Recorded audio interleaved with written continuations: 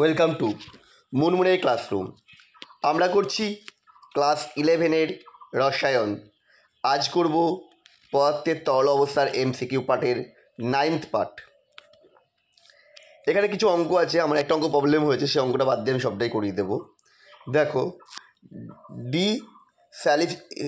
Desalination প্রক্রিয়ায় অর্থাৎ বিপরীত অভিস্রাবণ প্রক্রিয়াকে কাজে লাগিয়ে সমুদ্রের জল থেকে পানীয় জল উৎপন্ন করা হয়। 25 ডিগ্রি সেন্টিগ্রেড উষ্ণতায় সমুদ্রের জলের একটি নমুনার অভিস্রবণ চাপ দেখা গেল 27.6 ATM। উক্ত সমুদ্রের জল থেকে ডিস্যালিনেশন প্রক্রিয়ার মাধ্যমে পানীয় জল প্রস্তুত করতে হলে সমুদ্রের জলের ওপর যে চাপ প্রয়োগ করতে হবে তা হলো, এটা হচ্ছে, দেখো অভিস্রবণ চাপ বলেছে 27.6 ATM, সেজন্য তার থেকে বেশি চাপ প্রয়োগ করতে হবে, অর্থাৎ গ্রেটার দ্যান 27.6 ATM। 250 ml জলীয় দ্রবণে 1.8 গ্রাম গ্লুকোজ, 0.6 গ্রাম ইউরিয়া এবং 3.42 গ্রাম সুক্রোজ আছে। 27 ডিগ্রি সেন্টিগ্রেড উষ্ণতায় উক্ত জলীয় দ্রবণের অভিস্রবণ চাপ কত হবে এটিএম এককে? দেখো, আগে মোল সংখ্যাগুলো বের করে নিচ্ছি। 250 ml দ্রবণে কত মোল রয়েছে প্রত্যেকটাকে বের করে নিলাম। আসছে 3/100 মোল, তাহলে 1000 ml থাকবে কত, মানে সি বের করতে চাইছি 3/25।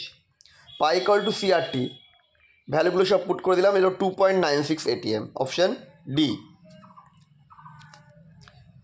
কলিগেটিভ ধর্ম পরিমাপনের মাধ্যমে দ্রবণের আণবিক ভর নির্ণয় করা হয়। উচ্চ আণবিক ভর সম্পন্ন যৌগের যেমন পলিমার, প্রোটিন ইত্যাদির ক্ষেত্রে আণবিক ভর নির্ণয়ের ক্ষেত্রে নিচের কোন কলিগেটিভ ধর্মের পরিমাপককে কাজে লাগানো হয়? এটা হবে অভিস্রবণ চাপ, কারণ বাকিগুলো মানে বাষ্পচাপের আপেক্ষিক অবনমন, এটা দুটো কতটা কমছে সেটা বের করা হয়, স্ফুটনায়ন কতটা উন্নয়ন বাড়লো সেটা বের করা হয়, বা হিমাঙ্কের অবনমন যেটা কতটা হিমাঙ্ক কমছে বের করা হয়, কিন্তু অভিস্রবণের চাপটাই বের করা হয়।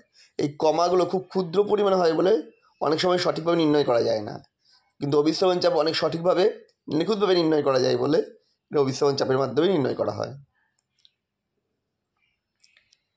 ইন্ট্রোভেনাস মানে শিরার মধ্যে যেগুলো দেওয়া হয়, ইন্ট্রোভেনাস থেরাপিতে অনেক সময় মানবদেহের শিরায় গ্লুকোজের জলীয় দ্রবণ চালনা করা হয়। 27 ডিগ্রি সেন্টিগ্রেড উষ্ণতায় মানবদেহের উষ্ণতা 37 ডিগ্রি সেন্টিগ্রেড উষ্ণতায় মানব রক্তের অভিস্রবণ চাপ যদি 7.7 ATM হয়, তবে গ্লুকোজ দ্রবণের ওজন আয়তনগত শতকরা গাঢ়ত্ব কত হবে, যাতে উক্ত দ্রবণকে নিরাপদে শিরায় চালনা করা যাবে? দেখো, আমরা বের করে নিই। ধরি 100 ml দ্রবণের মধ্যে আছে x গ্রাম গ্লুকোজ, মানে x/180 মোল, তাহলে সি হবে কত? সি হবে x/180 ইন্টু 1000/100, মানে x/18 মোল পার লিটার, মানে সি এর মানটা বসিয়ে দিলাম, পাই ইকুয়াল টু সিআরটি করে, এক্স পেলাম 5.45, অর্থাৎ দ্রবণের গাঢ়ত্ব হবে 5.45%। অভিস্রবণের মাধ্যমে স্থলজ উদ্ভিদের মূল্যম দ্বারা মাটির থেকে জল শোষণ করে এবং এর ফলে কোষরস গাছের শীর্ষে পৌঁছায়। কোষরসের গাঢ়ত্ব 0.12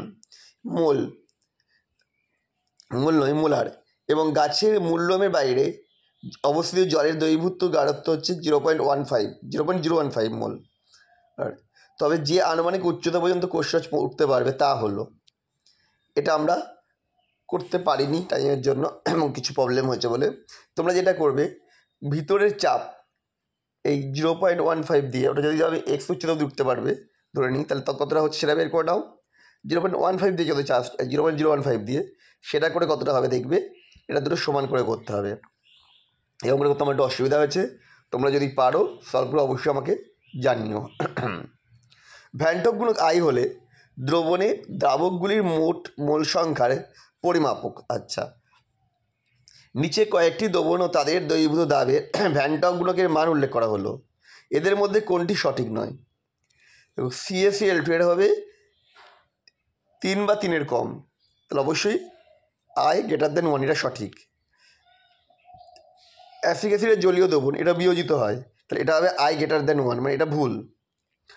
আর বেনজোয়িক অ্যাসিডের সংযোজিত হয় বলে এটা I<1 হবে, ইউরিয়ার ক্ষেত্রে 1 হবে, ঠিক আছে, মানে অপশান বি ভুল। 27 ডিগ্রি সেন্টিগ্রেড উষ্ণতায় NaCl এর জলীয় দ্রবণের অবিশ্রাবণ চাপ 4.93 atm। দ্রবণটির 200 ml আয়তনে কত গ্রাম NaCl দ্রবীভূত আছে? ধরুন NaCl সম্পূর্ণ বিয়োজিত, মানে ভ্যান্ট অফ ফ্যাক্টর I = 2 হবে, একটা Na একটা Cl। 200 ml দ্রবণে আছে x গ্রাম NaCl, তাহলে এখান থেকে C এর মান কত বের করবে?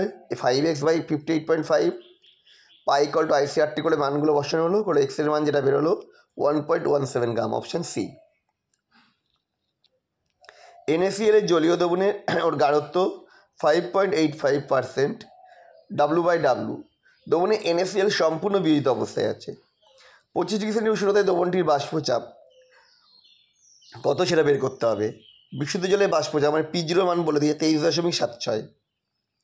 তাহলে P0 - P/P0 = I N2/N1 + IN2। সেই ফর্মুলায় ফেলে দিলাম।